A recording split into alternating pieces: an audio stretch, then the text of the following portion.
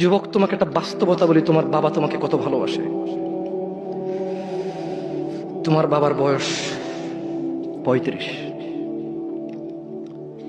20 বছর বয়সে বিদেশ গিয়েছিল, তোমাদের ঘর ছিল না।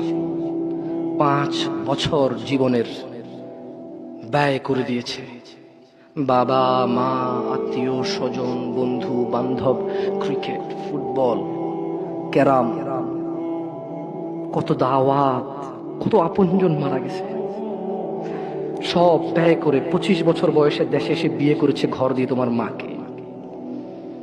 তোমার জন্ম হয়েছে, তোমার বাবা চলে গেছে বিদেশ। তোমার জন্মের পরে 8 বছর তোমার বাবা বিদেশে। বিবাহিত তো বটে, কিন্তু সে বউয়ের স্বাদ পাচ্ছে না। তুমি প্রেমিকার পিছনে ঘোরো, 15 বছর বয়স তোমার। 20 বছর 22 বছরে বাইক লাগবে তোমার। তোমার বাবা